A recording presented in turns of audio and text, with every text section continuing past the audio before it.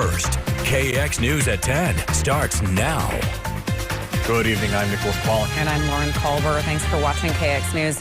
The public turned out in droves to tonight's Bismarck City Commission meeting, filling overflow rooms and even the sidewalk outside. Yeah, this was due to a contract that would provide security for a shelter housing people with COVID-19 who don't have a place to go. Maddie Biertempel was at the meeting and has tonight's top story. I have some major concerns about who these people are making these decisions.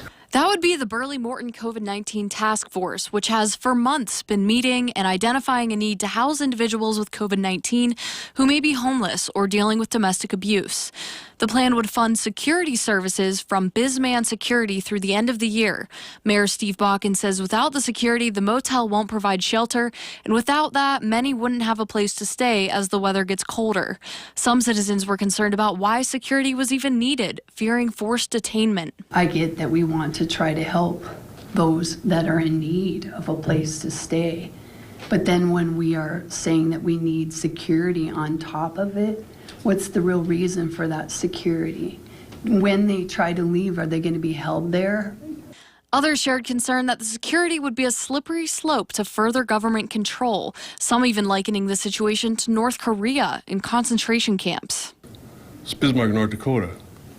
It's not China, somewhere in China, or North Korea. At the start of the meeting, Mayor Bakken tried to dispel much of the misinformation he said was circulating on social media, some of which was repeated during public comment. Strange that we'd even be talking about quarantine people against their will. This is America.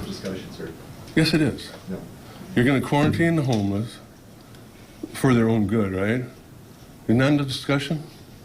When requested, if they require housing, if they request housing, you will provide housing for them. Bakken also strongly rebuked rumors suggesting the plan would allow for detainment of anyone picked up off the street. He also noted that those individuals served are requesting shelter and can leave at any time. And also, individuals served are reaching out for shelter, many as they leave the hospital. Commissioner Splonskowski took issue with wording that he said suggested those housed could not freely come and go. Now, if it said here that if somebody wants to leave, they are free in so doing. They can leave whenever they want, they just can't come back. At least that's a clarification. Commissioners voted to alter the language to include the fact that individuals are free to leave, but they can't come back. Public Health Director Renee Mock, who's leading the task force recommending the COVID shelter, spoke virtually, saying that she and the task force are just working to do what's best for Bismarck. I've been called a Nazi. I've been called several names.